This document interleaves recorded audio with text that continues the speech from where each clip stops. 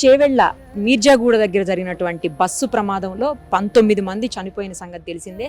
మనం చూసాము కర్నూలు దగ్గర గత 24వ తారీఖు అంటే 10 డేస్ బ్యాకే కరెక్ట్గా బస్సు దహనం కేసులో కూడా అక్కడ 19 మందే చనిపోయారు. సరిగ్గా ఇక్కడ కూడా 19 మందే చనిపోయారు.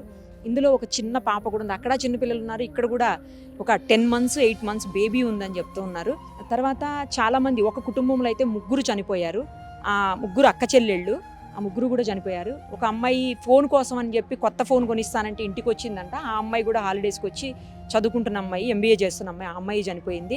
తర్వాత ఒక పిల్లోడికి హెల్త్ బాగాలేదని చెప్పేసి చెవుకి ఏదో ప్రాబ్లం ఉందని వాళ్ళ నాన్న హైదరాబాద్ హాస్పిటల్కి తీసుకెళ్తూ ఉండగా ఈ బస్ ప్రమాదంలో ఫాదర్ చనిపోయాడు. ఇంకా అసలు ఆ పిల్లోడు ఎట్లా ఏడుస్తున్నాడంటే అంత దారుణంగా ఏడుస్తున్నారు. అక్కడ హాస్పిటల్లో చూస్తే చేవెళ్ళ గవర్నమెంట్ హాస్పిటల్ దగ్గర బాడీస్ అన్నీ పోస్ట్ మార్టం చేస్తూ ఉన్నారు. అక్కడ చూస్తుంటే ఒక్కొక్కరిది ఒక్కొక్క విషాదగాథ. మొత్తం ఆర్తనాదాలతోటి రోదనలతో నిండిపోయింది ఆ హాస్పిటల్ అంతా కూడా. తర్వాత అందులో 14 మందిని ఇక్కడ పట్నం మహేందర్ రెడ్డి హాస్పిటల్కి తీసుకొని వచ్చారు. చేవెళ్ళలోనే ఉంది హాస్పిటల్. ఇక్కడ ఉన్నటువంటి 14 మందిలో ఒక ఆయనకి భార్య, బిడ్డ, చిన్న పాప, ఇందా నేను చెప్పాను కదా, చిన్న పాప తల్లితో పాటు చనిపోయింది. పొత్తిళ్లలో ఉంది ఆ బిడ్డ. 2 చనిపోయారు. ఆమె భర్త కూడా ఇదే హాస్పిటల్ అడ్మిట్ అయ్యాడు, కానీ వెంటనే అతను మాత్రం ఇక్కడ నుంచి డిశ్చార్జ్ అయ్యి వెళ్ళాడు. ప్రమాదంలో బస్సు డ్రైవరు అలాగే టిప్పర్ డ్రైవర్ 2 కూడా చనిపోయారు. సో ఏదైతే డ్రైవర్ వెనకాల ఉన్నారో వాళ్ళందరికీ ఎక్కువ ప్రమాదం జరిగింది.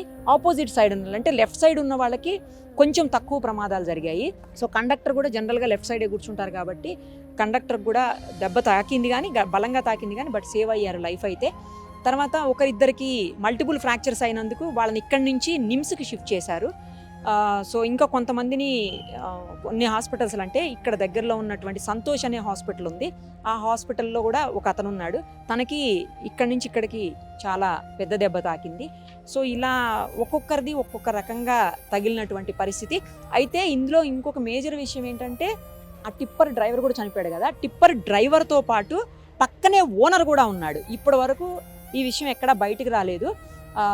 మనకి సిఐ చెప్పారు, ఈ చేవెళ్ళ సిఐ, దాంట్లోనే ఓనర్ కూడా ఉన్నాడని చెప్పి. అతనికి కూడా దెబ్బలు తాకితే అతన్ని కూడా హాస్పిటల్లో జాయిన్ చేశారని.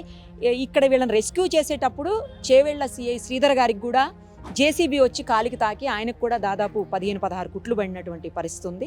సో మొత్తానికి 19 మంది కుటుంబాల్లో మళ్ళీ 19 మంది జీవితాల్లో విషాదం నింపి వాళ్ళ కుటుంబాల్లో కూడా విషాదం నింపినటువంటి బస్సు ప్రమాదం మరొకటి చాలా పెద్ద ప్రమాదం ఇది. కేవలం ఏంటంటే లోపల ఉన్నటువంటి ఆ రాళ్ళు ఏవైతే ఉన్నాయో, ఏవైతే కంకర ఉందో ఆ కంకర పడడం వల్లనే ఎక్కువగా ప్రాబ్లం అయింది. ఆ కంకర పడి సొఫకేషన్తో చాలామంది చనిపోతే కంకర లోపల ఉండిపోయి ఇక్కడ దాకా పడిపోయింది కంకర. సో వాళ్ళందరూ కూడా గంటల తరబడి, దాదాపు 1.5-2 గంటలు ఉన్నవాళ్ళు ఉన్నారు లోపల. ఆ ఎఫెక్టే ఎక్కువ ఉంది. గుద్దిన వెహికల్స్ 2 డాష్ ఇచ్చిన ఒకదానికి డాష్ ఇచ్చుకున్న దానికంటే కూడా కంకర మొత్తం ఒకేసారి దాదాపు 25 టన్నుల కంకర ఉంది లోపల, ఈ టిప్పర్ లోపల. సో ఆ కంకర మొత్తం ఒక 4-5 టన్నులు మాత్రమే మిగిలింది. మొత్తం అంతా కూడా బస్సులో పడిపోయింది.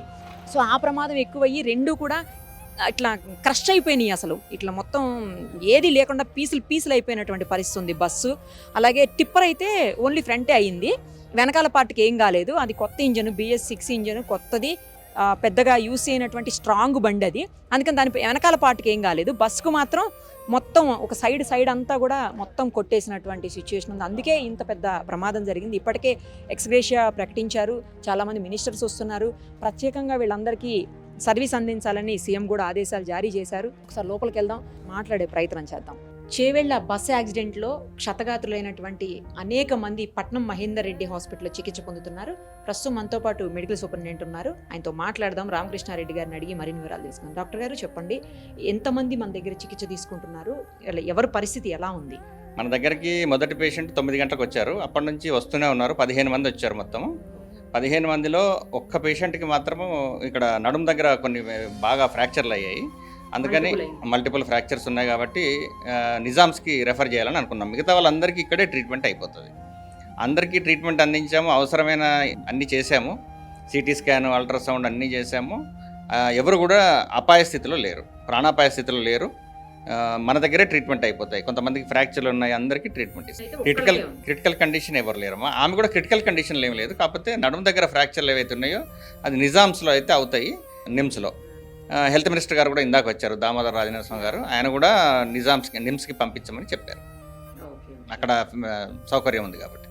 ఎంతమంది మేల్ ఉన్నారు, ఎంతమంది ఫీమేల్ ఉన్నారు? ఈ మొత్తం 15 మందిలో 7 ఫీమేల్స్, 8 మంది మేల్స్ అమ్మ పేషెంట్లు వచ్చిన వాళ్ళలో. మొత్తం అందరికి ట్రీట్మెంట్ అందరికి ఇచ్చేసామమ్మా. అంటే ఇటువంటి సూచర్సే ఉన్నట్టున్నాయి. సూచర్స్ కాకుండా ఫ్రాక్చర్స్ కూడా ఉన్నాయి. కొంతమందికి ఐ ప్రాబ్లమ్స్ కూడా వచ్చాయి. కంకర మీద పడ్డది కళ్ళకి బాగా ఎడిమా వచ్చింది. దానికోసమని మన ఐ డాక్టర్స్ ఉన్నారు, వాళ్ళు చూశారు. అన్ని రకాలుగా అన్ని స్పెషలిస్టులు ఉన్నారు కాబట్టి అన్ని రకాలుగా అయిపోతుంది. ఇప్పుడు ఫ్రాక్చర్స్ ఉన్న వాళ్ళకి సర్జరీస్ కూడా ఇక్కడే అయిపోతాయి. తర్వాత చేస్తారా? రేపు ఎల్లుండి. ఎందుకంటే వాళ్ళని కొంచెం ఇన్వెస్టిగేషన్స్ వర్కప్ చేసుకొని వాళ్ళ రిలేటివ్స్కి ఇన్ఫర్మేషన్ ఇచ్చి బ్లడ్ రిజర్వ్ చేసుకొని చేసేస్తాం. Out of danger out of danger. ఎవరు కూడా పెద్ద డేంజరస్ దీంట్లో లేరు, స్టేబుల్గా ఉన్నారు.